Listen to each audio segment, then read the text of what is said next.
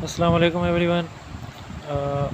Biology made easy YouTube channel है, subscribe कीजिए और बेल आइकन पर लाजमी क्लिक कीजिएगा ताकि आपको नेक्स्ट से नेक्स्ट वीडियो मिलती रहे। और आप मालूम हो कि लेक्चर्स नेक्स्ट आ चुका है। लास्ट टाइम हमने चैप्टर 7 कंप्लीट कर चुका था। अब चैप्टर 8 है जो कि न्यूट्रिशन चैप्टर है। न्यूट्रिशन चैप्टर थोड़ा सा लेंथी चैप्टर होगा, लेंथी भी है, थोड़ा सा याद रखने वाली चीज़ें भी हैं, डिफ़िकल्ट हो जाता है जब ज़्यादा चीज़ें याद करनी पड़ जाए। तो काइंडली से थोड़ा सा इजी वे में समझाऊंगा, लाइन बाय लाइन रीड करेंगे पहले की तरह और आपको अच्छी से अच्छी समझाने की पूरी कोशिश करेंगे। और एक तरह से जब समझ आ जाएगी तो इजी होगा, आपको पार्ट्स में बना के देंगे और आपको लाइन बाय लाइन डिविजन्स करके पैराग्राफ को कि कौन सी चीज़ इंपॉर्टेंट है और किस तरीके से इस चीज़ को याद करना है। शुरू करते हैं चैप्टर 8 जो कि न्यूट्रिशन है। Every need food for the growth and energy to function properly. हर चीज़ को एक एनर्जी चाहिए, फूड चाहिए ताकि वो एनर्जी उससे बनाए और ग्रोथ के लिए फंक्शन नॉर्मली करें। This process with the food is obtained और प्रिपेयर्ड ऑब्जर्व्ड और quantity of the body substance for growth and energy for nutrition. Process जिसमें फूड को लिया जाए, बनाया जाए, फिर उसे ऑब्जर्व करके और बॉडी की सब्सटेंस में ग्रोथ और एनर्जी पैदा किया जाए, न्यूट्रिशन कहलाता है। सिंपल डेफिनेशन है, फूड को ऑब्टेन किस तरह करना, फिर उसे प्रिपेयर किस तरह करना। अगर प्रिपेयर भी कर लिया और फिर ऑब्टेन हो गया, ऑब्टेन करने के बाद हासिल करने के बाद उसे ऑब्जर्व करना है, ऑब्जर्व करने के बाद उसे बॉडी सब्सटेंस में ग्रोथ और एनर्जी के लिए किस तरह इस्तेमाल करना, न्यूट्रिशन में आ जाता है। न्यूट्रिएंट्स आर द एलिमेंट्स और compound that are obtain use energy for the sense of material.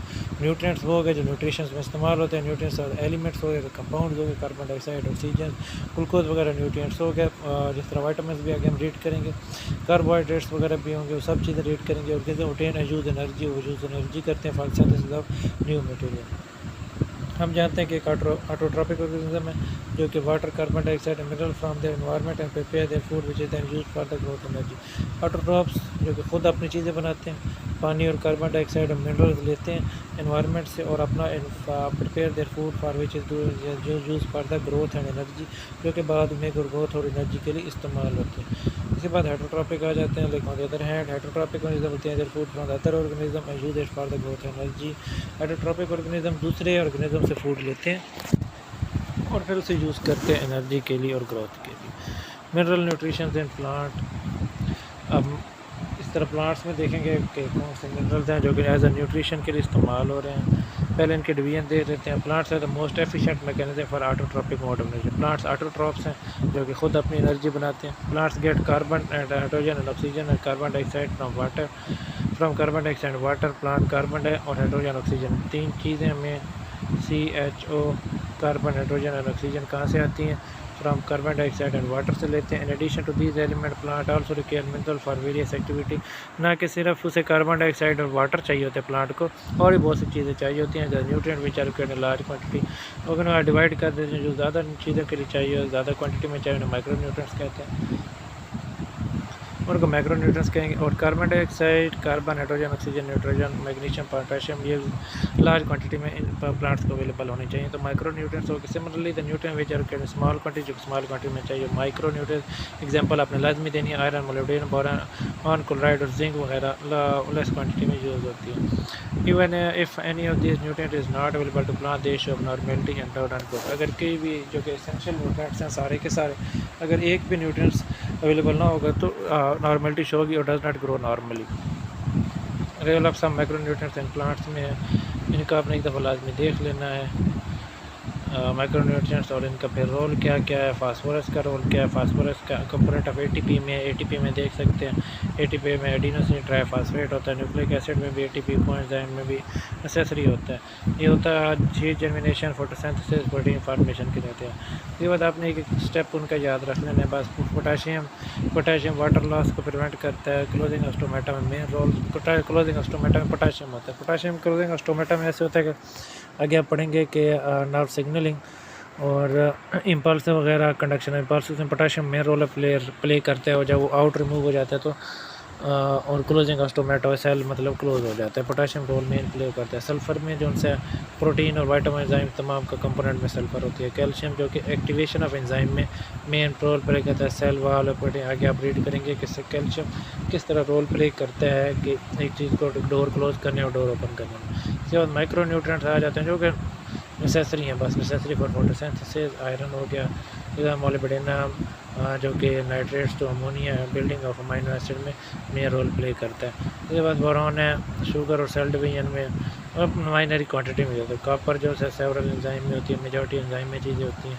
Manganese भी involve enzyme activity for photosynthesis. Zinc जो है ये भी large quantity number of enzyme में रोल है। Chlorine osmosis of water, chlorine influx होता है, डिफ्लक्स होता है, कंसनट्रेशन हाई होती है, लो होती है।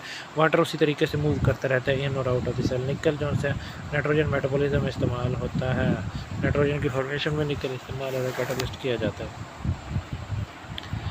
जब कार्निवरस प्लांट की जो मेन बात है कि mechanism for the trapping and digesting small animal, इनका ऐसा मैकेनिज्म है कि डाइजेस्ट करना है स्मॉल एनिमल को, उनके पास ये भी प्रोसेस है, और किस तरह स्मॉल एनिमल को ट्रैप करना है तो उनके पास ये भी मैकेनिज्म है। जो कार्निवर्स एनिमल प्लांट्स हैं, क्यों कार्निवर्स एनिमल्स होते हैं, कार्निवर्स प्लांट्स भी होते हैं, और वो मतलब जिस तरह आदमखोर नहीं होते इस तरह प्लांट्स भी होते हैं जो कि छोटे एनिमल्स को खा जाते हैं और जो ट्रैप कर लेते हैं। The product of digestion are used supplement of plant supply of nitrogen. और ये जो सी कार्निवर्स प्लांट हैं ये नाइट्रोजन मेन इनका ये होता है कि नाइट्रोजन की सप्लाई पूरी करने के लिए कार्निवर्स प्लांट एनिमल्स को ट्रैप करते हैं।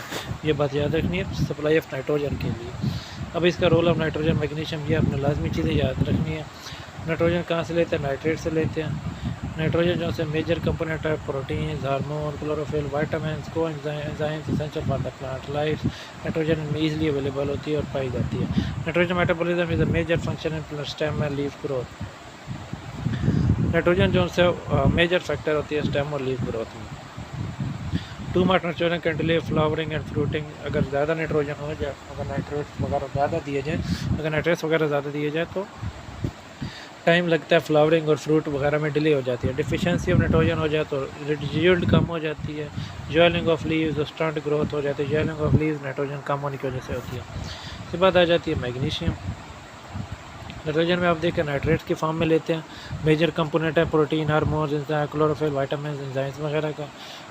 अगर ज़्यादा हो जाए तो क्या होता है, डिले हो जाती है फ्लावर। अगर डेफिशिएंसी हो जाए तो येलो हो जाती है लीव्स, स्टंट ग्रोथ रुक जाती है। इस तरह मैग्नीशियम का देखते हैं। मैग्नीशियम स्ट्रक्चरल कंपोनेंट क्लोरोफिल, मतलब मैग्नीशियम क्लोरोफिल के अंदर स्ट्रक्चर के तौर पे मैग्नीशियम पड़ा होता है, जिसने मतलब एज इलेक्ट्रॉन ट्रांसपोर्टर भी इस्तेमाल होता है। क्लोरोफिल में स्ट्रक्चरल रोल प्ले करते हैं। Necessary for the functioning of the plant enzyme to produce carbohydrate sugar. Enzyme में मदद करता है ताकि कार्बोहाइड्रेट शुगर और फैट बन सके। It use of fruit and nut formation essential for germination of seed. Nut formation से जर्मिनेशन ऑफ सीड मेनली में रोल जो कंट्रोल करता है जर्मिनेशन ऑफ सीड और मैग्नीशियम कंट्रोल करता है। इसके बाद आपने इसकी मेन चीज़ ये याद रखने की डेफिशिएंसी हो जाए तो क्या हो जाता है, yellowing and वेल्टिंग of the leaf. MCQs में आता है कि मैग्नीशियम की डेफिशिएंसी से किसकी डेफिशिएंसी से येलोइंग और वेल्टिंग ऑफ द लीफ होता है, तो मैग्नीशियम की जाने। इंपॉर्टेंट ऑफ फर्टिलाइजर्स इंशाल्लाह नेक्स्ट लेक्चर में हम लोग करेंगे।